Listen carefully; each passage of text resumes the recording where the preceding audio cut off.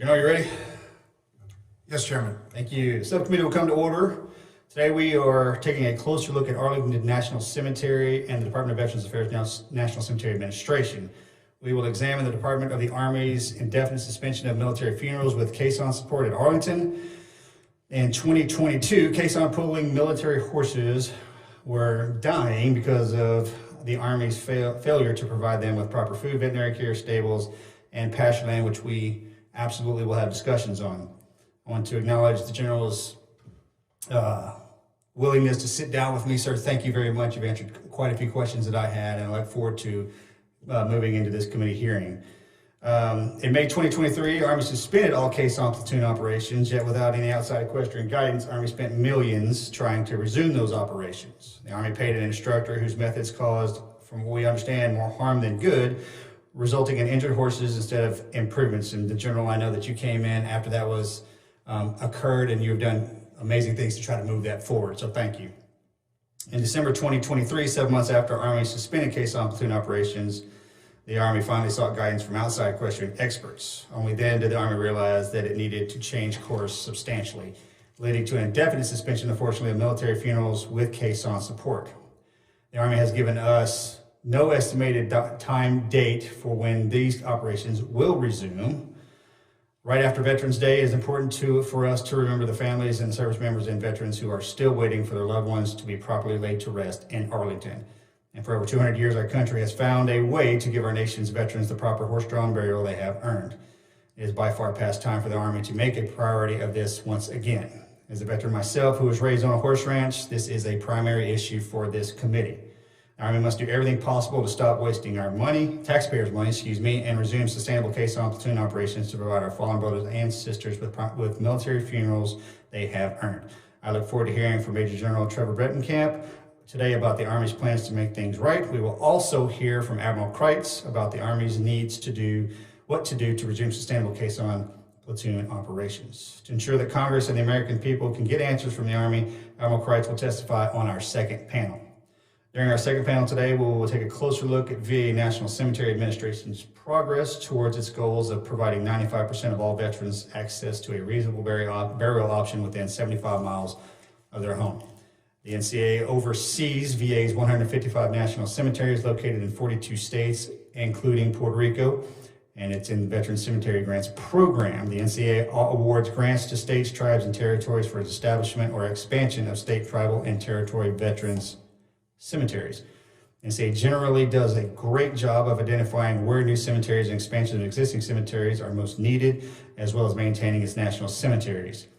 Currently, NCA also does a great job of holding states, tribes, and territories accountable for their operational problems, and grant-funded cemeteries. Our goal today is to discuss where we need to fill gaps to ensure every veterans nationwide has a final resting place. For example, there have been delays and increased costs associated with establishing new VA national cemeteries as part of VA has not adopted cost estimates best practices currently. The VA has not been fully transparent with Congress about their plans for national cemetery expansion projects. Hopefully that will change, many of which cost over $30 million. Grant-funded cemeteries have difficulty meeting performance standards due to inadequate funding and training. I look forward to today's discussions with our second panel of witnesses and how VA can best serve our nation's veterans and their families. Both Army and VA have a sacred duty to enshrine fallen service members and veterans. I look forward to discussing how each agency can better fulfill their duty. With that, I yield to the ranking member. Thank you, Chairman Luttrell. We talk a great deal in this committee about America's obligation to our service members, veterans, and their families, and justifiably so. And I sincerely believe we all share a common goal to ensure the best care, benefits, and services go to our veterans and the best that we can muster for them as a nation. They deserve nothing less. It's just as important to recognize that our obligation to our nation's service members and veterans doesn't end when they pass away. We must commit ourselves with the same earnestness to providing service when it comes time to lay them to rest. Thankfully, VA's National Cemetery Administration is one of the good news stories in our federal government. By and large, they are doing a good job of serving the families and loved ones at a time of high emotional stress. And they're very good at interacting with our state, tribal, and local governments while supporting them to do the same. And I have yet to meet an NCA employee from groundskeepers up to management who isn't fully committed to that mission. Of course, no program is without fault or room for improvement. So hopefully today we can delve into the nuance of NCA's work and figure out what is going well and what we can tweak to make it even better. Also at issue today is the ongoing reset of the Army's caisson platoon at Arlington Cemetery. After decades of neglect, the platoon was taken out of commission, rightly so I may add, so that the health of the animals that provide funerary services can be ensured in both the short term and the long term. That doesn't come without consequence, and families who have delayed interring their loved ones while the Army reconstitutes this unit deserve to know that the Army is working diligently to return the caisson platoon to its proper stature. I hope that Major General Bradenkamp can shed some light on the Army's progress and any potential pitfalls that may delay a return to normal operation. Our nation's veterans cemeteries are the most visible reminder of the service and sacrifice of our military communities, and they serve a vital role in connecting the public with our veterans' legacy. So whatever we can do to make sure they operate efficiently, we must. With that, Mr. Chairman, I thank you for holding this hearing. I look forward to the testimony of our witnesses, and I yield back. Thank you, Mr. Pappas.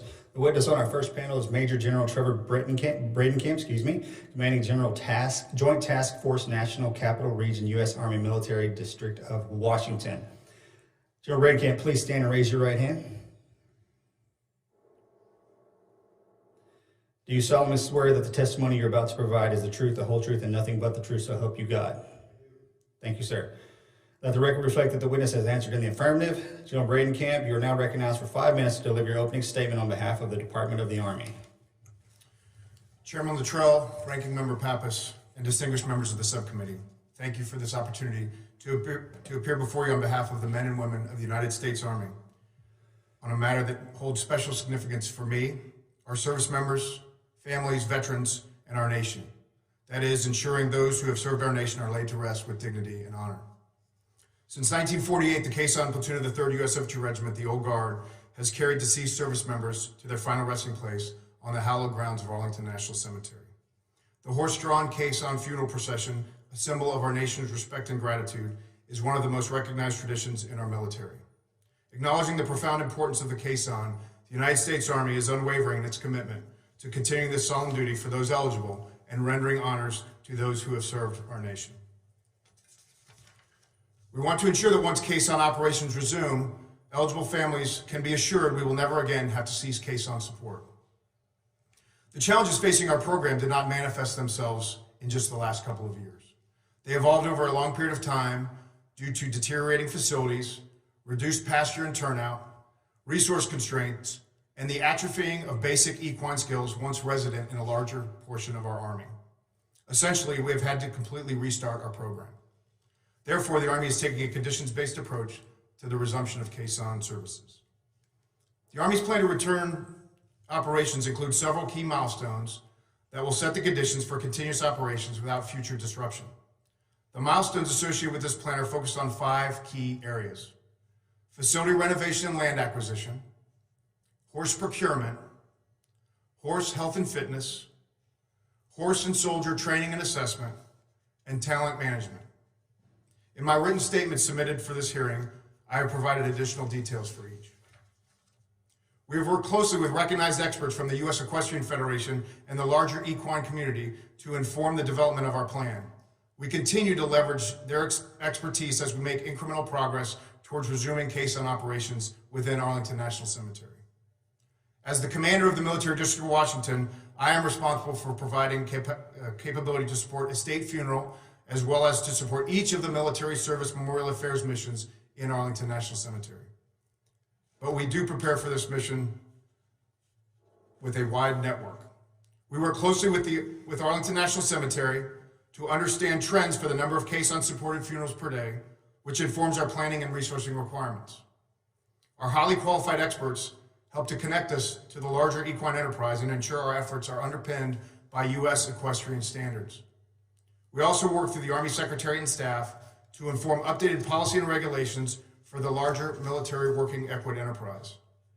Senior Army leaders receive routine updates and remain involved in our efforts while ensuring resourcing and support is provided without delay. I mentioned earlier this matter holds deep significance for me personally and has informed my decisions and recommendations related to the caisson mission.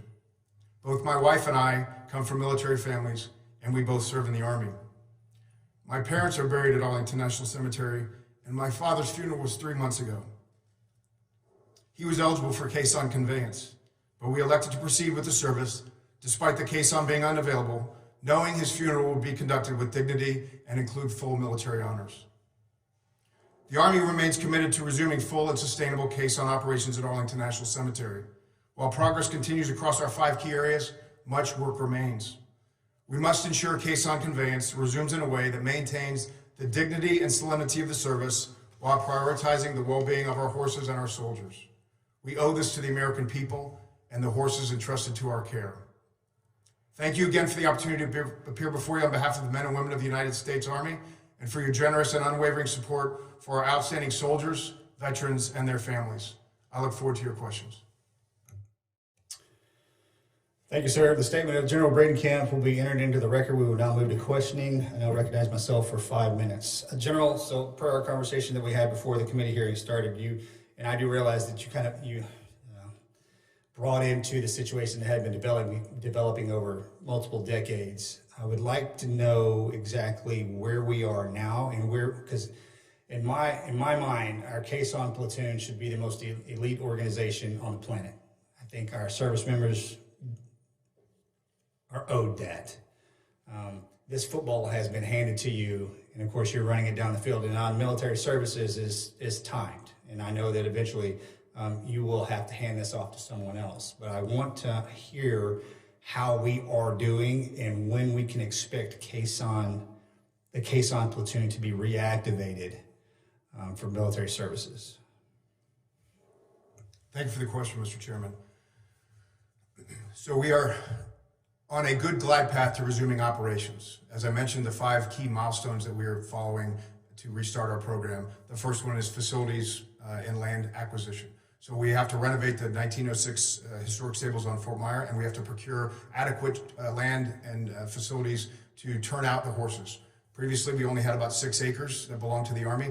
We are in the process of acquiring up to 150 acres to support the caisson platoon mission. Time frame on when that acquisition will be complete? We are in about the 90% stage right now. It's working through its final clearance process, and we could potentially look at pending approval in some language in the National Defense Authorization Act by next spring. So that language revolves around the NDA being passed? Yes, Congressman. Great, duly noted. And Congressman, the next part is horse procurement. So we talked briefly about some of the challenges we had in terms of having to rehabilitate horses. We have retired about 40 horses, but we have procured and now have 2 fully trained and certified squads within our formation. Over the last 6 weeks, we procured an additional 8 horses. Once we fill that up to 11, they will begin their training. And so by March or April of next year, we could have up to 3 trained and certified squads. We have to procure our 4th, and the min standard that we've established within the Army is once we achieve 4 squads of fully certified horses, that is when we look to restart caisson operations in Arlington National Cemetery. We had discussed a possible MOS in the Army being adopted or being created for the caisson platoon, much like the soldiers for the unknown soldiers. I'm sorry, 2 unknown soldiers. Can you give me a left or right flank on the best course of action? Right now, because we're using contracted agents, correct? For some of the requirements, yes, Congressman. And I know that knowledge base that was created over the decades and decades and decades is no longer with us, hence the dive and what the caisson platoon, how that went away. How are we structured to recreate that knowledge base? Thank you, Congressman, for the question. The first thing we've done is we've brought on board some highly qualified experts to advise us on the requisite skill sets. So, we have a highly qualified expert at my level. He's the U.S. Equestrian Federation Chief of Sport. We also have one at the Old Guard level who is a U.S. renowned horse hitch driving trainer who's been doing this for decades. One of the challenges we faced is we had previously recruited soldiers for the caisson platoon only out of the Old Guard. So that's about 1,500 soldiers availability. They did not all have horse experience. So we had to bring them on and teach them basic horsemanship skills. We have expanded that recruiting pool to the entire Army through working with the Department of the Army and the recruiting and retention apparatus. We are also trying to identify through talent management people who grew up with horse skills. We've actually brought a couple of officers on recently that have grew up with horse skills and did helped to run horse programs before they commissioned into the Army.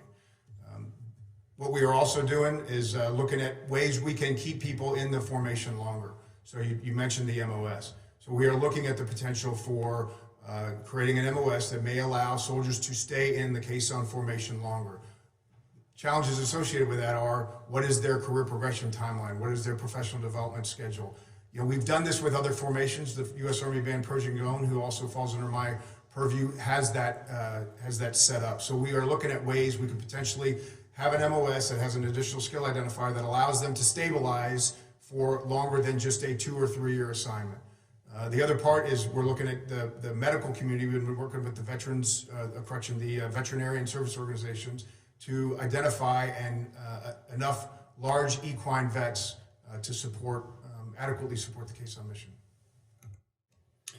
Thank you, General. I yield to Ranking Member Pepps. Thank you, General, for your comments. And I appreciate that this is forward-looking about where we need to go, but I think we also need to reckon with where we've been. And in your written testimony, you say that previous practices and resourcing were inadequate, resulting in conditions counter to sustaining a healthy herd of horses. And I'm wondering if you can elaborate on what went wrong and why the Army failed to prioritize and resource the caisson platoon adequately. Yes, thank you, Ranking Member. The last time the Army expanded this program was in 1985. That's when we acquired the facility on Fort Belvoir, Virginia, that had 10 acres, which included 6 acres of turnout. In 2017, the Old Guard sought to further expand that capability, but it just didn't. It didn't rise to the level of support for resources, for funding. So that fell back on the table. The other challenge we have faced is the skill, as I mentioned in my oral statement, is the skill sets, equine skills have atrophied within not only the Army, but also within the nation. And so having the appropriate skills within the formation to properly care for the horses was not there. It wasn't that horses were being mistreated purposely. It was because people were just not educated in the right way in order to take care of horses the way they should be. So now we currently have a contractor facility with 17 horse care professionals that provide daily care and conditioning and nutrition support for our growing herd. So that's one of the main challenges that we faced, Congressman. The other part is just, I think over time decisions are made on priorities and resources that took away from the caisson mission. Well, I appreciate that, and thank you for outlining the 5 milestones and giving us a progress update on where we stand with those. And I think the focus should be on sustainability and how we achieve that over time. On that front, it's possible that you could use some of the current herd to perform funerals for families that are waiting, but there's an opportunity cost for that. I'm wondering if you can speak to both the short-term and long-term issues with that and the need to focus on sustainability over time. Yes, thanks, Ranking Member. So our first priority is to ensure that we have a caisson squad capable of conducting a state funeral. That is our main requirement upon the death of a U.S. president, if requested by the family, to provide that support. To restart operations at Arlington National Cemetery, we want to ensure that we have the requisite capability to ensure that it never stops again. So what we've learned is to have the appropriate work-rest cycle, we need to have a squad working and a squad resting. With only 2 squads, that leaves us little to no room for error if there's injuries or if a squad is called away to do a state funeral. So as we continue to build that capacity, we grow from 2 squads, 3 squads, 4 squads. We grow our ability and decrease our risk to perform those ceremonial support within Arlington National Cemetery. And so again, one thing we learned is we were working horses too hard. It caused chronic injury, which required us to put horses in rehabilitation. And we are changing our program so we don't, again, have to face that consideration. Thanks. The platoon that serves Arlington isn't the Army's sole caisson platoon, of course. Fort Sam Houston plays a similar role in honoring our service members, veterans and families. The question is, has that unit suffered from the same lack of prioritization by the Army? And are there any best practices that could be carried over from that unit and applied to the situation at Arlington? So in April of 22, when we had the 2 horses euthanized at the Old Guard, the Army undertook a holistic review of all the horse programs across the Army. The Fort Sam Houston program that you mentioned, it's different in scope and scale. They have about a 10-horse herd, where our horse herd was about 65. Each of the other programs around the nation performs a varied degree of missions, manually outreach or reenactment. But I would tell you the Army, under the direction of the Assistant Secretary of the Army for Manpower Reserve Affairs, has what's called the Task Force Military Working EQUID. And what we are doing within the Caisson platoon is informing the updated policy and regulation to make sure that we don't have these challenges at any of the other programs. Thank you, General. I yield back. Thank you, sir. Mr. Subcommittee, sir, you're recognized for 5 minutes. Thank you, Chairman, and for obviously for having this hearing and today to oversee the Department of the Army and the Veteran Affairs Cemeteries. Now, it's through our oversight over these agencies that we better honor those who fought and died for this country. It's our responsibility to ensure that grieving families can lay their veteran and service member loved ones to rest with dignity. With more than 70,000 veterans in my district, including many military retirees, my office receives numerous inquiries regarding the memorial service available to them, including those who served on active duty in the National Guard as well, and in the reserves. So to ensure my constituents are best served, I take my responsibility as a member of this authorizing committee and also the Appropriations Committee very seriously. And today I continue my work to ensure that taxpayer dollars are being responsibly spent on memorials that my constituents have earned. General, thank you for being here, and thank you for answering our questions today. For years, the Army was unable to properly maintain the Caisson platoon at Arlington. You've talked about that a couple times in your time here with us. Millions of dollars were spent on misguided contracts, including a trainer who injured horses and on horses that did not meet mission requirements.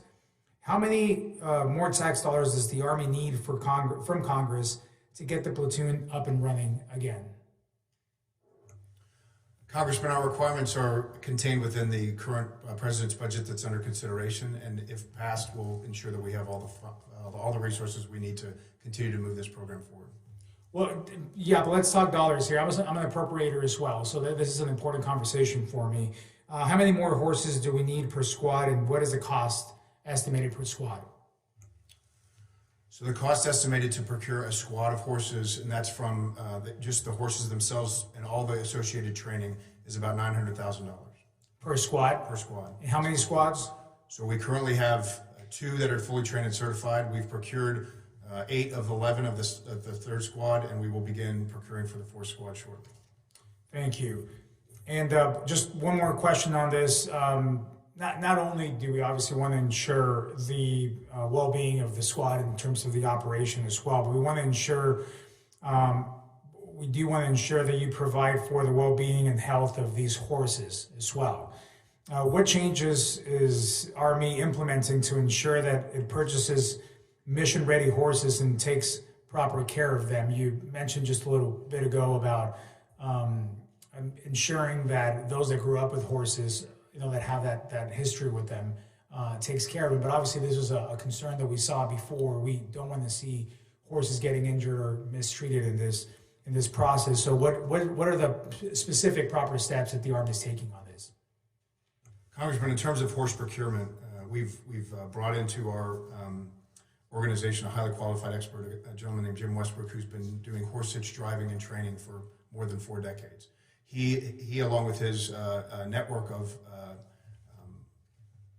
horse providers, has allowed us to gain a greater network of existing locations to procure horses. I mentioned we just procured 8 horses. That's based on his connections within the horse hitch driving community. We're looking for a specific breed and temperament. And so, previously we had either been gifted horses, or we had paid we had procured horses for a lower dollar figure who may not have been up to the task. The reality was we were putting those horses on the mission regardless. Now we are looking to procure the appropriate horses with the right temperament who can be on a horse hitch team and perform the duty the way it ought to be performed. Great, I'm glad to hear that. Last question that kind of ties back to the last one that I had. If before the horses were acquired the way you're describing, and now it's more intentional effort, it sounds like. Does that increase the cost per squad from $900,000 to more, or is that accounting for the new way of acquiring and training these horses? Congressman, that number is informed by all of our newly implemented procedures. Okay, thank you, sir. I yield back, Chairman. Thank you, sir. Mr. McGarvey, you're recognized for 5 minutes. Thank you, Mr. Chairman. Appreciate it. Major General Bredenkamp, I want to thank you and your team for the service that you provide to these families, to these veterans, to these soldiers, and what it means to them. I want to just think back a little bit. America is founded on the idea and the ideal that all people are created equal. And we've had our stumbles in reaching that vision, but it is one that we continue to strive for together. When we're here talking about this in sort of the abstract, I want to put a picture to it. And one of the most evocative images, I think, in terms of this type of procession is when President Kennedy was assassinated. And you saw the image of the First Lady and his son saluting him as the casket is pulled by the horse-drawn caisson. And what that meant, the dignity of that moment, the power of that moment. And of course, what I want to make sure is that a kid from Kentucky who either is killed in active duty or passes away is offered the same dignity that a president of the United States from a wealthy Massachusetts family is offered. So I support your efforts to reinstate the horse-drawn caisson services as soon as possible, while also ensuring that these horses are treated correctly, humanely, appropriately. I am a Kentucky kid, so you don't have to tell me about the importance of horses to economy, to society, and what they deserve. You mentioned that the Army is searching for a permanent facility for the caisson platoon. Can you provide us with an update on the progress of this search, including any challenges that you've encountered, potential locations identified, any projected timelines you have as well for establishing this facility? Yeah, thank you, Congressman. So we are actually proceeding fairly quickly through the major land acquisition process. We began in earnest in May with the Corps of Engineers Real Estate Property Division, which procures land for the Department of the Army. We sought sources, in the Virginia area. We got over 100 responses. We necked that down to about 5. We went out and conducted on-site reconnaissance, not only with our personnel, but also with our highly qualified experts from the U.S. Equestrian Federation. And we identified and recommended a single property that would meet and fulfill our requirements. That process is going through a final real estate appraisal and review process, which is part of the Corps of Engineers Real Estate Property Board. And then it will go through the Army and likely to the Department of Defense for final concurrence. Thank you, and I appreciate that update. And as I understand, the Army will use temporary stabling options while it renovates the facilities and does those sorts of things. How long can the temporary stables be used, and why isn't that sufficient to fulfill the stabling milestone? Congressman, the temporary stabling option that we are looking at was advised to us by, again, our highly qualified expert. It can be used for quite a while, assuming appropriate maintenance from the contractor. It is a contracted solution, and cost would increase over time the longer you keep it in place. And so, we're using contracts as a bridging solution to get to the end state. And so, a permanent horse care and equine facility that supports more than 100 acres of turnout space is what we're looking for. And then renovating the existing stables on Fort Myer, the 1906 historic stables, is the other piece of that would allow us to house this or stable the horses on Fort Myer when they're conducting missions at Arlington, and then they go out to that 100-acre property for rest and relaxation, if you will. Thank you, I appreciate that. And again, we recognize the importance of the humane treatment of the animals and the dignity of the service. Again, for our troops, for our military families, any working class kid who goes into the service, puts on a uniform, willing to sacrifice everything for us, they deserve the dignity that anyone else in any other position would receive. Thank you. Commissioner McGarvey? There's always an ongoing competition who is the better horseman, Kentucky folks or Texas folks. It's just a battle. General, thank you for your testimony today. This is very important to us, and I think collectively, as you heard on the panel today, we are giving you what you need if you ask, and go forward and do great things. Because as Mr. McGarvey said, our veterans deserve the absolute best, and this is something that should not have gone away. And the problem exists, I understand, but sir, you have been tasked with fixing that issue. So Godspeed and good luck. And this concludes our first panel. And General, you are excused. Thank you. Thank you, Mr. Chairman, Ranking Member.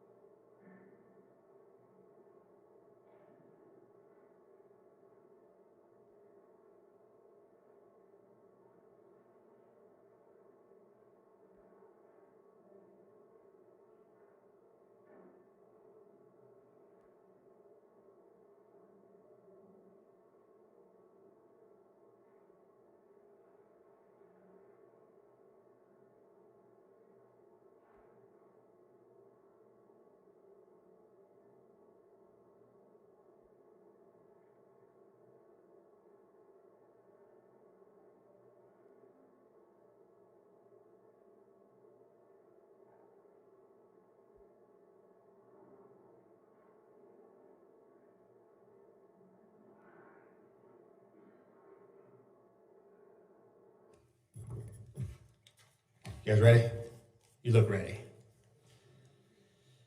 Welcome and thank you. You guys ready? Okay.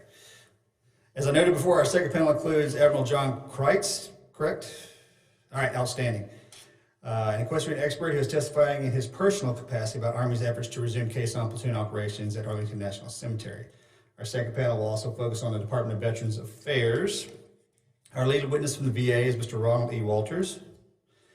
Acting Undersecretary for Memorial Affairs, National Cemetery Administration, Mr. Walters is joined by Mr. Richard Chandler, Deputy Undersecretary for Management, National Cemetery Administrations, and Mr. Robert Orifice. I get it? God, man, last time too, I'm sorry. I mean, I tried, I practiced all night last night trying to get this right. Say it one more time. Orifice, okay. Executive Director for Benefits and Memorial Systems, Office of Information and Technology. Panel 2 also includes Ms. Leslie Witter, Senior Vice President for Advocacy, National Funeral Directors, and I will yield to the ranking member for the final introduction. Well, it's my pleasure, Mr. Chairman, to introduce Mr. Sean Buck, who's the director of the New Hampshire State Veterans Cemetery in Boscawen, New Hampshire. He's had that role since 2018. He was commissioned as a second lieutenant in the U.S. Army in May 1987. He's airborne, air assault, and ranger qualified and retired from active duty in July 2008. He received a bachelor's degree in economics from the U.S. Military Academy in West Point, New York, master's degree from Northwestern. He and his wife live in Bow, New Hampshire. They have 3 grown children, and he's demonstrated a tremendous leadership ability overseeing operations at our state veteran cemetery. And from the staff, the volunteers, the larger veteran community, he's brought everyone together with a singular purpose of honoring New Hampshire's veterans and their families and maintaining the hallowed ground that is the New Hampshire State Veterans Cemetery. So welcome, Mr. Buck. Mr. Army Ranger, huh? You know, team guys with Army Rangers, just like this thing. Welcome to the panel, sir, and thank you for your service. I please ask the witnesses on our second panel to stand and raise your right hand.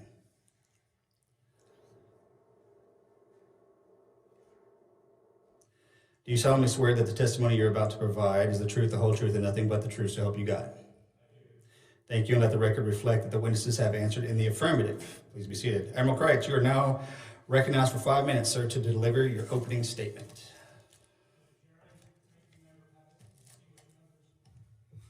Of the committee, I'm honored to be with you today. I join you today as an equestrian advisor, having begun riding at the age of 6, having horses in my life since then. Currently living on a Virginia horse farm, sharing 7 horses with my incredible wife of 36 years.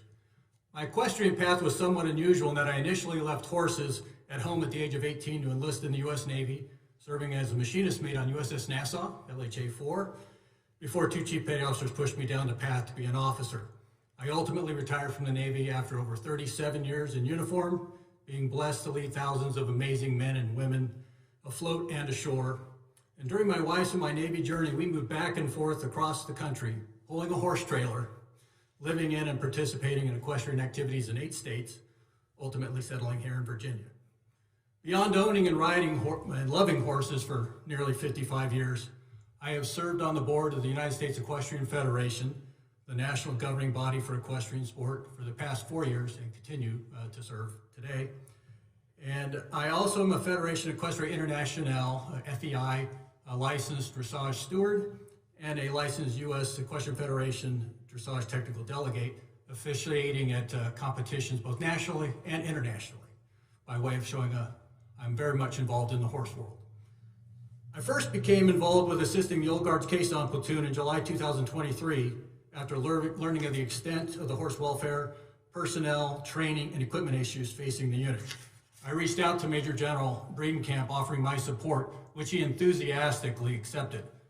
Along with Lieutenant Colonel Art Parrott, U.S. Army retired and former Old Guard Army Honor Company commander, a longtime horseman and former FEI official, we arranged for a group of top American and British equestrian experts to advise the Army, which that group that met in December of last year. That group has continued to offer advisory assistance, as have I and Colonel Parrott, when requested by the Military District of Washington. So why did our Army get to this point where it has been unable to execute the caisson mission for nearly 2 years? Historically, the military took care of their horses as they did any other soldier, because to do so otherwise invites failure on the battlefield. Today's military takes care of its canine, carrier pigeon, and dolphin soldiers, but over the past 25 plus years has lost the intrinsic knowledge of how to care for the equine soldier, as was discussed a lot at depth in the first panel. The quality of life of an Army horse should not be less than that of the soldier, for the horse is also a member of our National Defense Force. Deliberate abuse can never be tolerated, and I am very much encouraged by all the conversation in the first panel that is definitely a priority today. Any periodic evaluation of its objectives, though, of the case on platoon's objectives over the past 25 years would have revealed a high rate of injury, abnormal dependency on veterinary intervention, and delayed retirement. At a minimum, the first metric observed by the Army should have been do no harm with all its implied actions and performance evaluations. The goal should be to treat the horse as a soldier who is prepared through proper support to execute their mission, which primarily is a 6-horse team pulling a caisson without cannon or ammunition over a well-maintained road surface at a solemn walking pace. And I think that the key skill set that led to that deterioration all comes down to the manning in the unit and the expertise that was allowed to atrophy over all the years.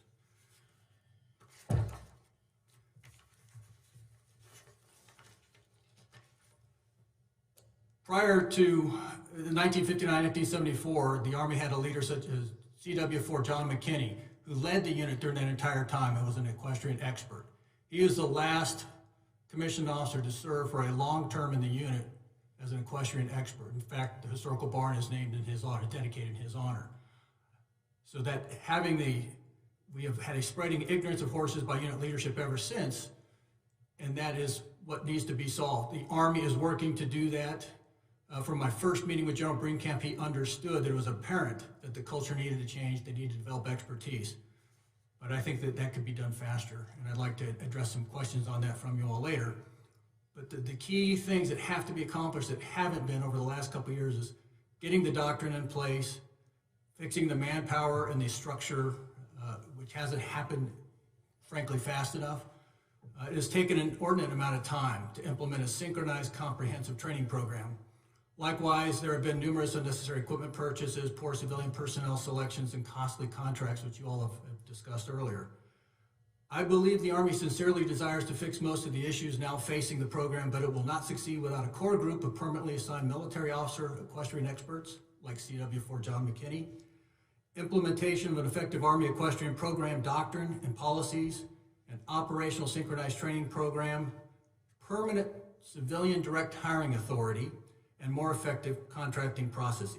Without these, I'm concerned that the fate of the program may only survive perhaps 1 or 2 cycles of leadership and collapse again to the detriment of the horses and the military ceremonial mission.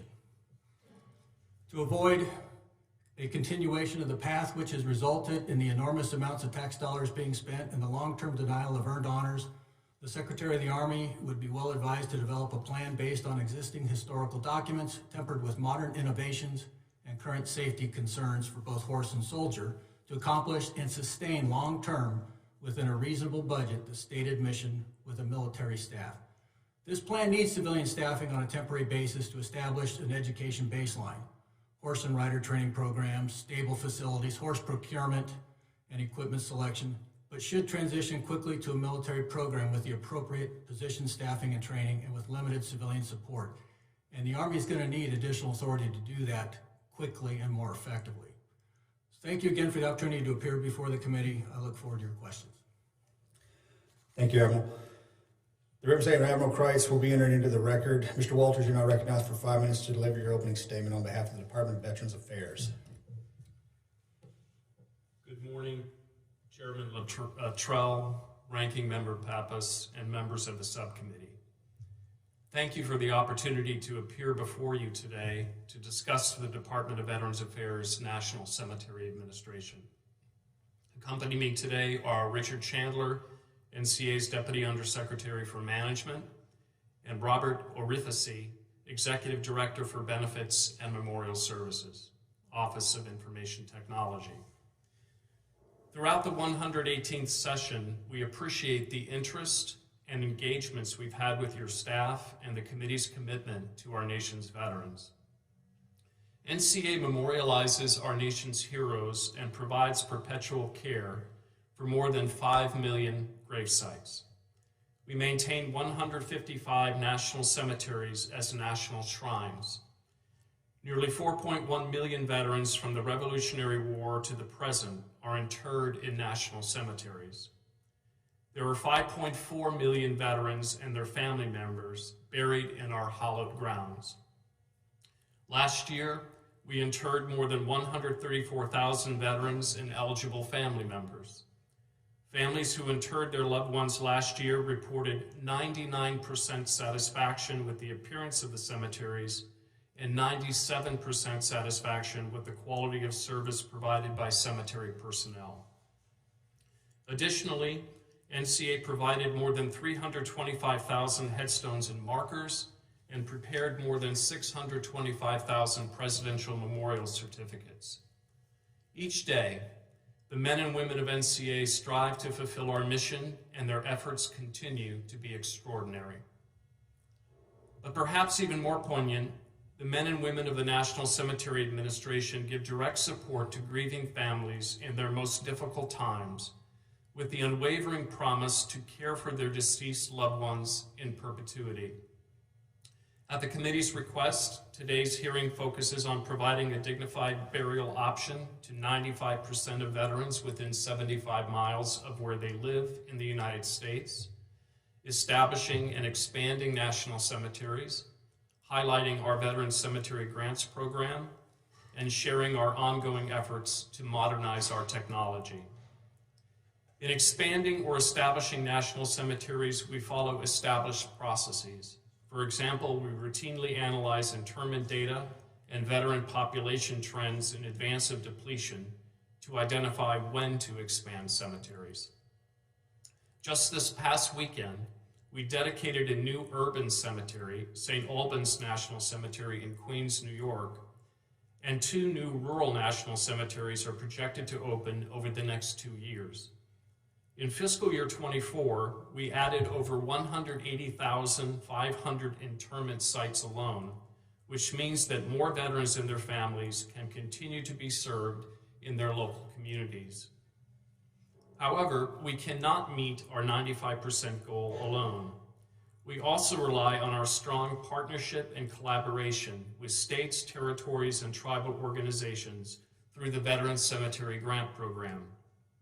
There are currently 122 grant-funded cemeteries where 42,720 veterans and family members were interred last year.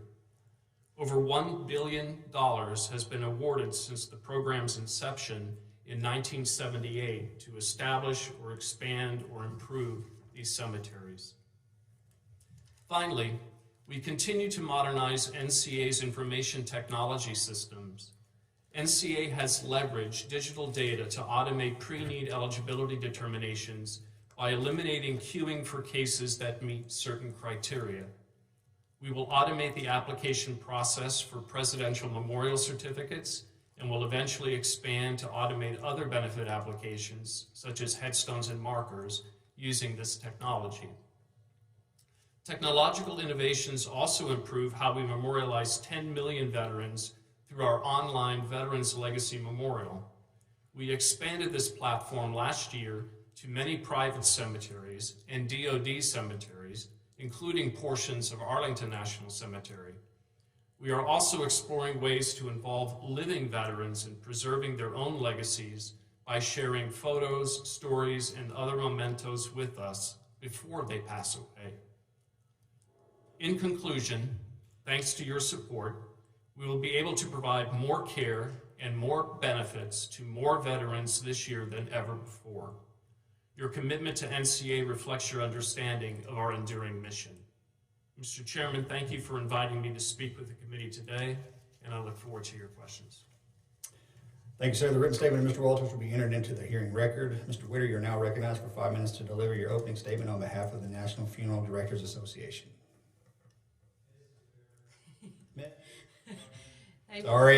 Thank you, Chairman Luttrell, Ranking Member Pappas, members of the subcommittee. Thank you for the opportunity to speak to you today on behalf of the members of the National Funeral Directors Association. I'm Leslie Witter, NFDA's Senior Vice President of Advocacy. So while the DoD and the VA are responsible for providing funeral and burial benefits, as well as ensuring proper military honors, it is funeral directors who assist families in organizing personalized services to both celebrate the life of their loved one and honor their service to our country. Funeral directors coordinate with the VA and DoD to schedule funeral and burial services, to educate and assist families in filing benefit claims, to ensure veterans receive the proper grave markers, and collaborate with the DoD and the VSOs to provide appropriate military honors. I would like to acknowledge the strong partnership NFDA has with the VA and the DoD. Together, we are committed to supporting our fallen service members and their families. In preparation for my testimony today, NFDA conducted a funeral service survey to gather insights into how we can all better serve veterans and their families. I'm pleased to share the thoughtful and detailed responses in my written testimony. However, I will now highlight some of the key findings from our survey. Approximately 3/4 of respondents do live within 75 miles of a VA National Cemetery, state or tribal veteran cemetery. Overall, survey respondents expressed positive feedback regarding the condition, upkeep, and care of VA cemeteries, as well as the professionalism of VA cemetery staff.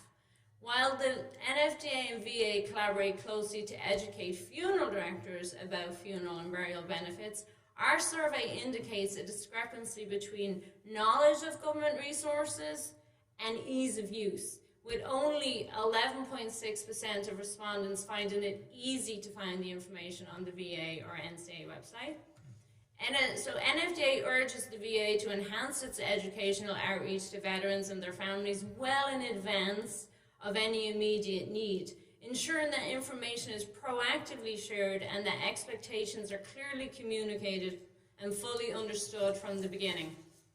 Funeral directors who assist families in filling benefit claims are the ones who see firsthand the real-world impact of the VA's educational efforts. Our survey highlighted confusion among veteran families about what funeral and burial benefits they're entitled to and what is covered by the VA. Among those who experienced challenges, several recurring themes emerged, particularly a lack of education and understanding among veteran families regarding the benefits they're entitled to.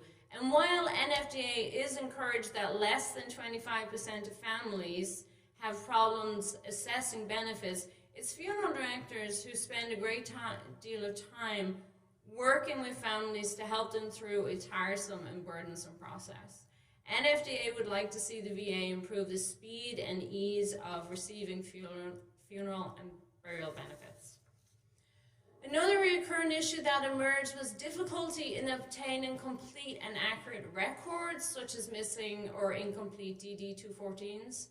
We believe DoD is working to create a fully electronic DD-214, which would be a significant step forward in accelerating the processing of veteran claims and also alleviating the burden on funeral directors who are often forced to chase down this missing information.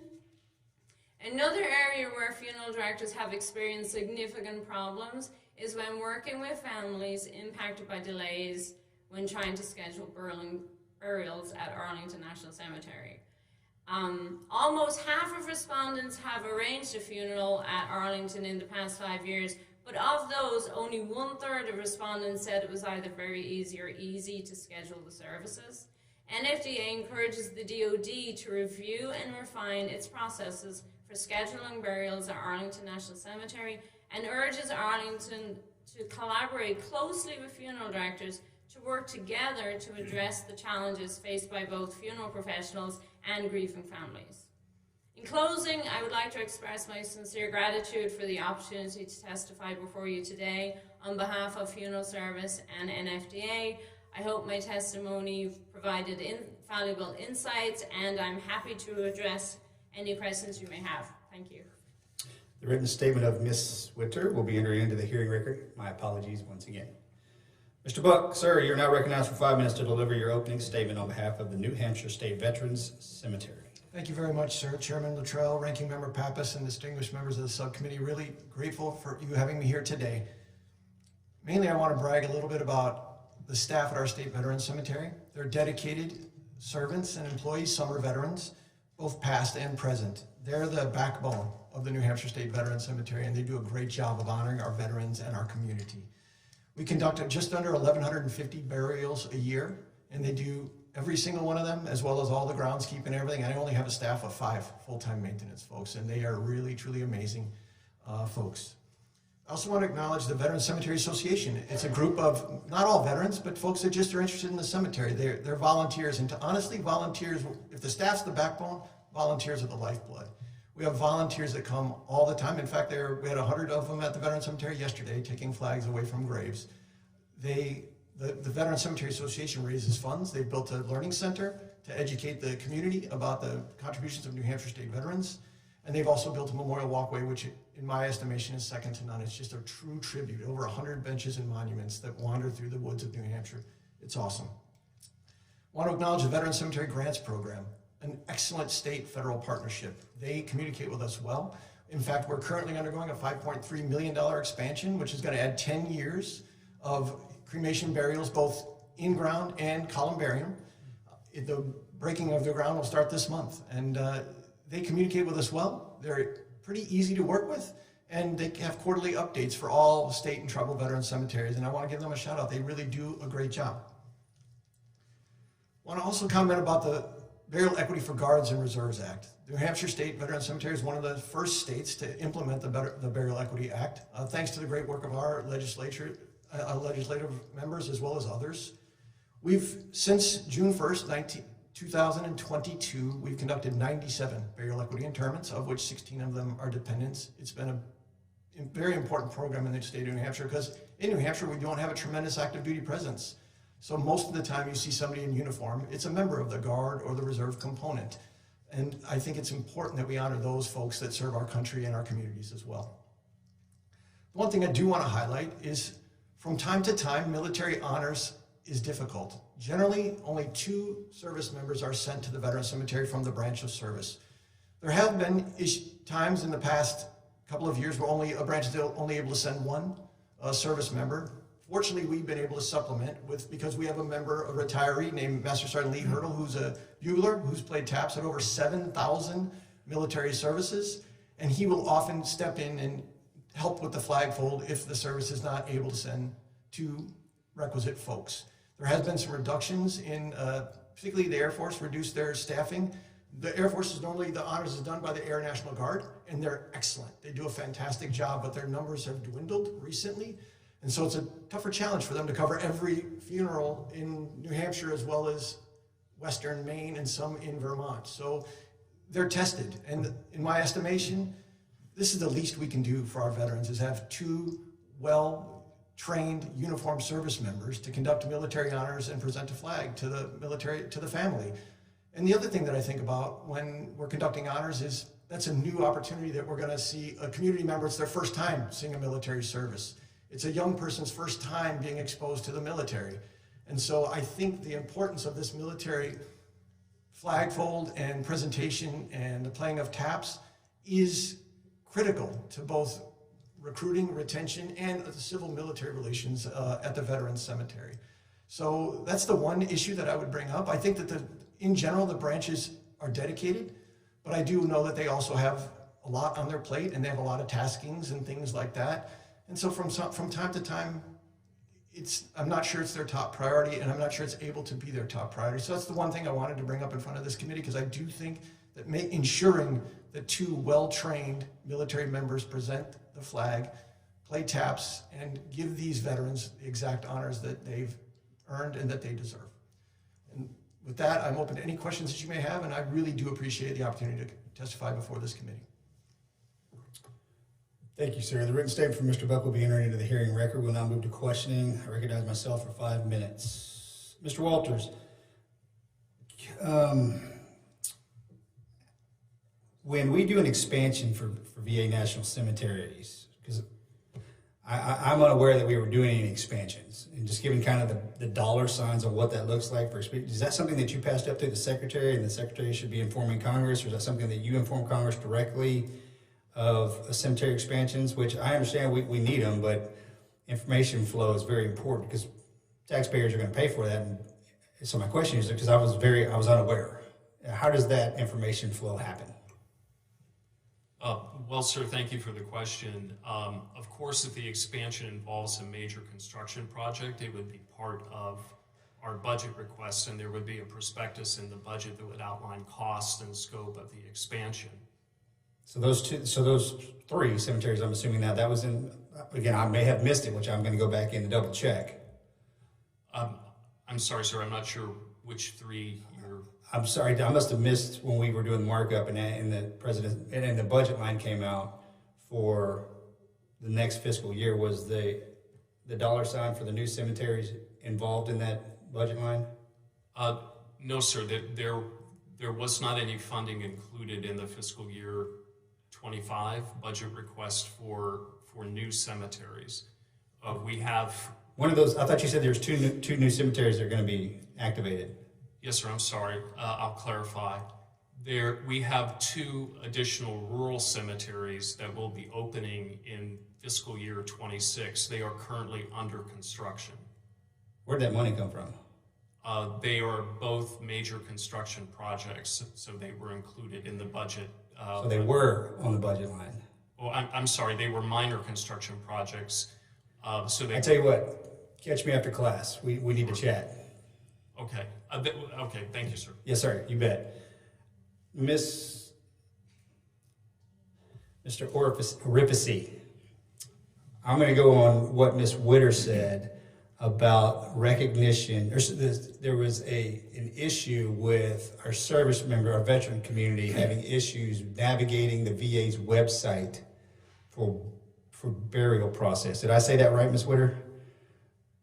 Is that landed in your court, sir? So VA OIT is responsible for va.gov and our webpage, but we work hand in hand with NCA to collaborate on the content. And so who do I need to be talking to clarify that issue that she just brought Chandler, up? probably. Sir? Mr. Chandler. How you doing, sir? Mr. Chairman, yes, this issue was raised the other day in talking to the committee where a veteran's family put in their address and we're looking for the nearest closest cemetery to bury their veteran. Unfortunately, the list populates all of the state and national cemeteries by closest distance, not necessarily clarifying whether that cemetery is actually open for burials. Okay, that sounds like a ones and zeros problem, right? So we're working with OIT. So Mr. Orifice and I have spoken about how we can make that clearer on our website so that veterans, families, and funeral homes would be able to understand what cemeteries are actually open for burials, either casketed or cremation. Okay, great. What's the time frame on that? Because this is a problem that we should not have. Absolutely. I don't have an exact timeline. It shouldn't take too long. This issue is just... So too long for me is like 24 hours. It'll probably take a little bit longer than that, but we'll respond for the record. By the end of the year? We'll provide that for the record, sir. Oh, I'll be waiting on it. You know, and I tell you guys and gals all the time, you work in the VA, it's the hardest job there is, but it is our responsibility to hold you accountable. So I'm going to need those timeframes so I can pass that on to this young lady and we can disseminate it out to our veterans. Okay? Absolutely, sir. Admiral, tracking everything that you're saying. Currently, who is for lack of a better term, who is the touch point? So General Bredenkamp is over the top, but there's got to be a touch point that you're dealing with or engaging with directly to somebody's got to run point on this. And the general's, he's got a large area of operation, right? But somebody that's specifically focused on the horses, do we have that individual, that young lady or that young man? Mr. Chairman, I tend to deal with General Bredenkamp and his deputy a lot, and also with the commander of the provisional caisson detachment right now, so Lieutenant Colonel Quintana.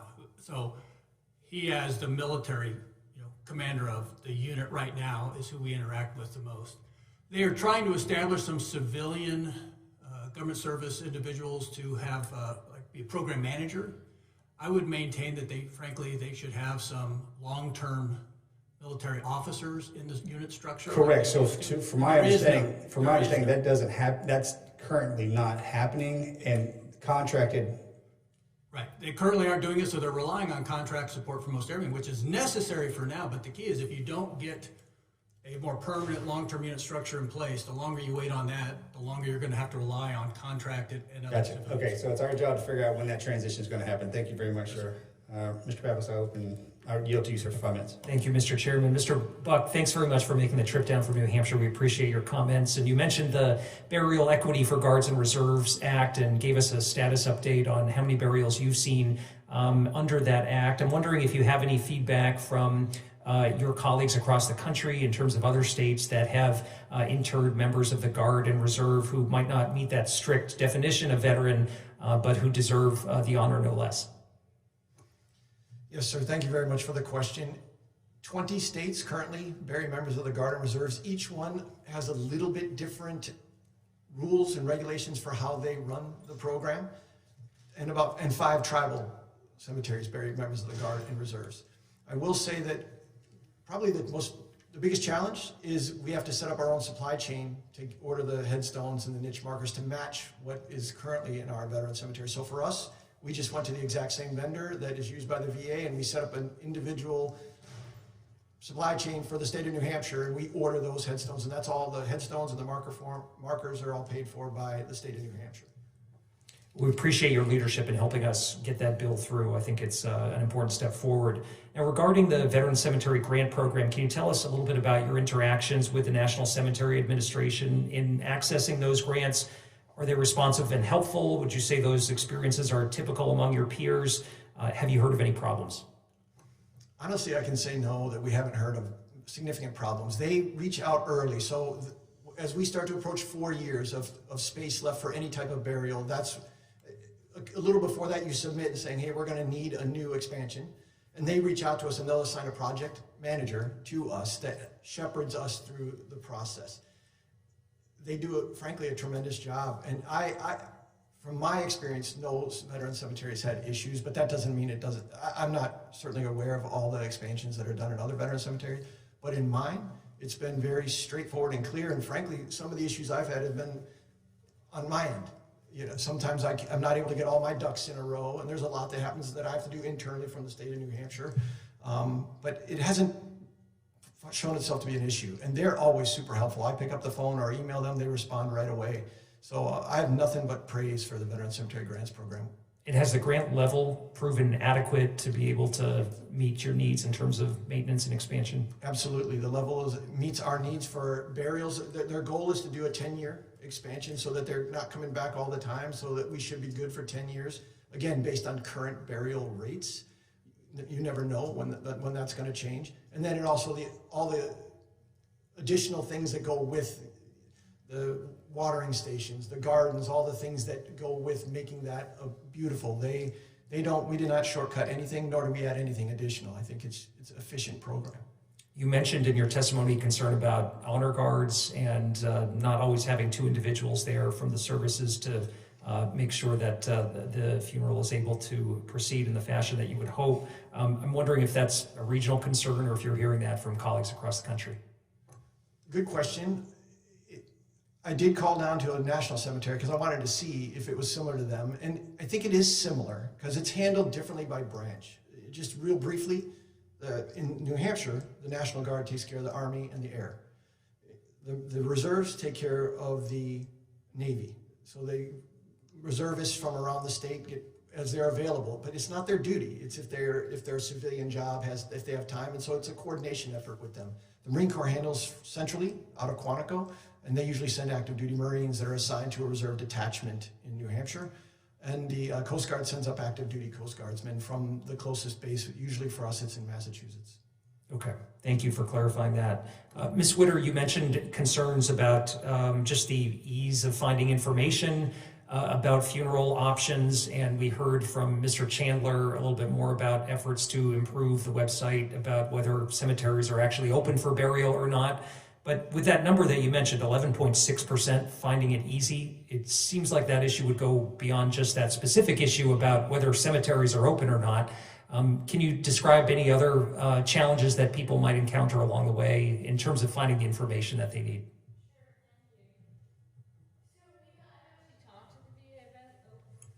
I've actually talked to the VA about this because we work a great deal with the VA to educate funeral service.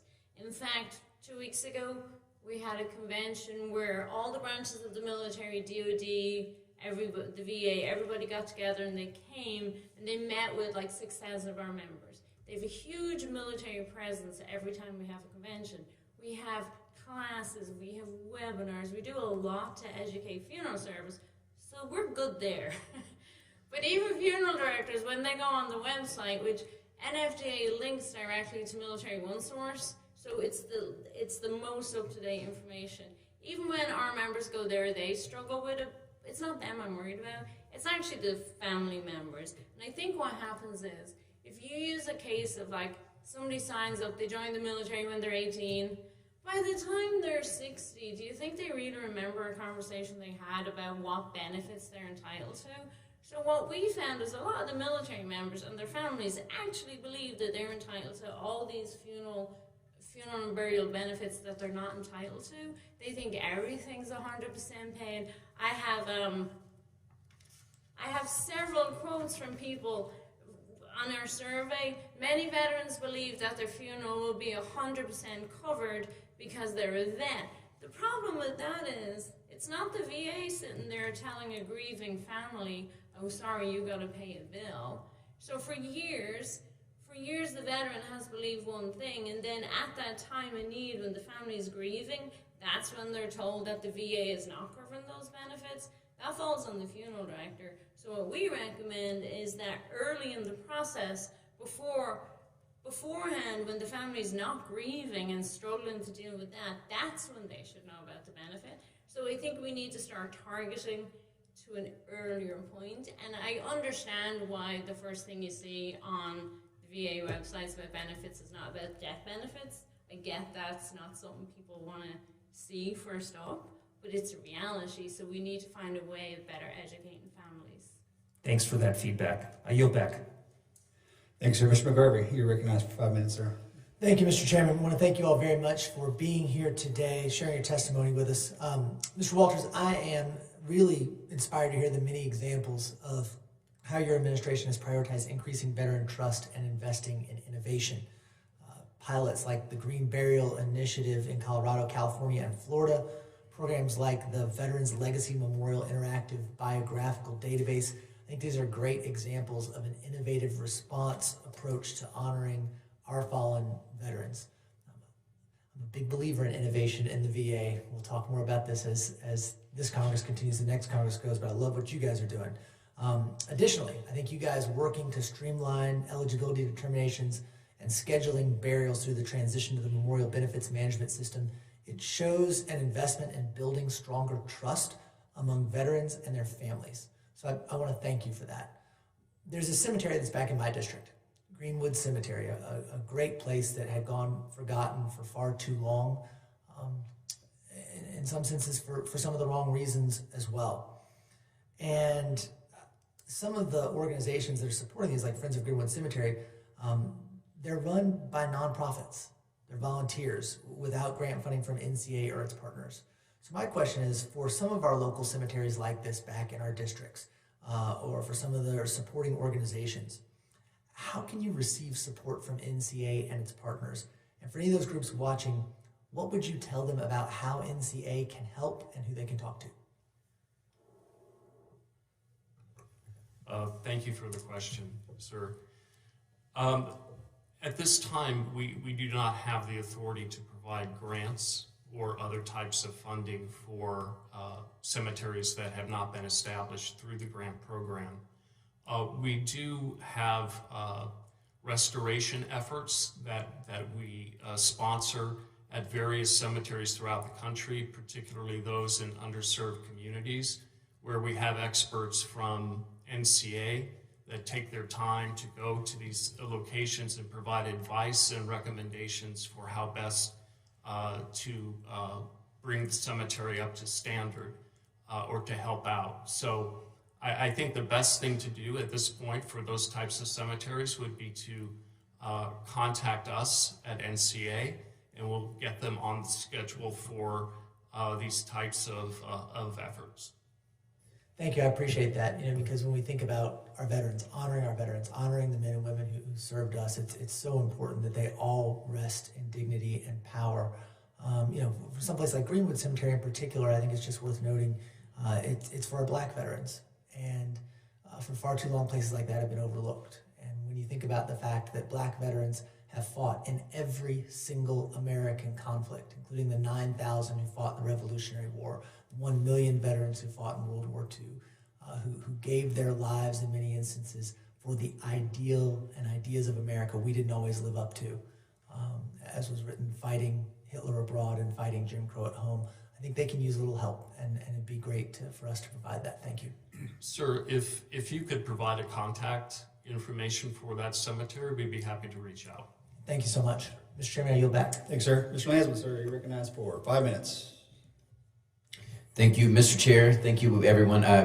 Very quick, very parochial question. I'm from Cincinnati and represent Southwest Ohio. I know you all try to ensure that veterans are buried within 75 miles. And for us, that means Dayton or across the river in Kentucky. We love Dayton, and we do love Kentucky too. But I was hoping you could speak to, one, what, if anything, is in the works in terms of our region, Cincinnati. I mean, it's a big region. And two, we have a huge VA and a huge veteran population. And then what advice you'd have for my families who ask, why is it that we're, having to go all the way up to Dayton or across the river?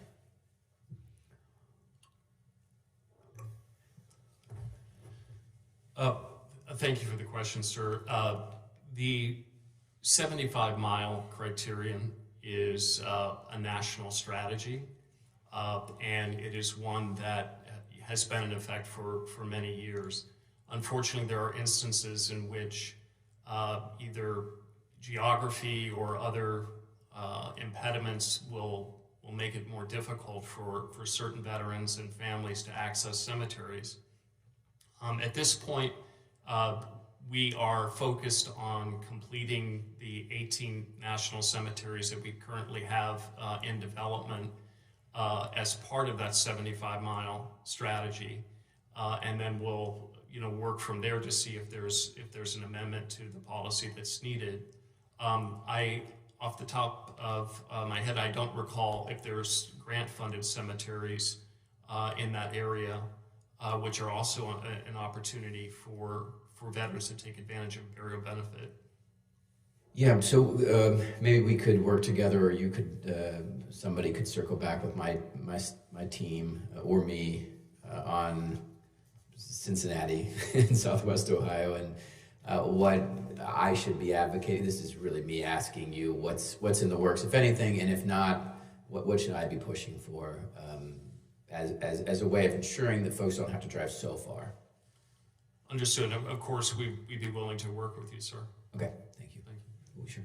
Oh, sorry. Sorry, I just figured, is it all right if so in New Hampshire, it was done at the local level. A lot of state and local legislators worked hard and found the land. And once they found the land, they said, we're going to put a state veteran cemetery, and the state's going to donate this land to becoming a veteran cemetery. Then they work with the federal government to get that portion built into a state veteran cemetery. So just a little bit of history. It took a few years of the local folks back in the mid-90s. Started in the early 90s. Real legislation started in the mid-90s, and in 97 is when our cemetery opened. So that's what I would recommend. Yeah, very helpful. Thank you. No, thank you. I appreciate it. I yield back. Thanks, sir. All good. So are you good to go? Would you stay around? Okay. Thank you all to all our witnesses for testifying before us today. As we close, I just ask that the Army and the VA work together. As we've heard, there's certain problem sets that shouldn't exist, and whether that's a communication breakdown, and trust me, I know bodies ebb and flow, things happen. Case in point with the Caisson platoon admiral, that it just you could, if you kind of roll the tape back, you could see the problem manifesting itself, but here we are, and there it is. Okay, that's something that shouldn't happen. And with these two amazing organizations, let's fix the issues. So, Admiral, I ask that you and I get back together here, and I'll have my staff reach out to you. Mr. Walters, can I see you in the antechamber back here? Well, thank you all for coming today. Thank you for your testimony. Thank you for the information. And I will hand it off to the ranking member for his closing remarks. No, just grateful for this panel and for our first witness, the general who testified. And I think that this is an area that requires some further attention from this subcommittee. It's under our purview, and I'm just really grateful for the feedback that we received from so many different angles of this issue in terms of how we honor our veterans, give them a final resting place, and support our veterans and military families. So thank you for that commitment, Mr. Chairman. Look forward to continuing to work together on it. I yield back. Yes, sir. I ask unanimous consent that all members have 5 legislative days to revise and extend their remarks and include extraneous material. Without objection, so ordered. Hearing is adjourned.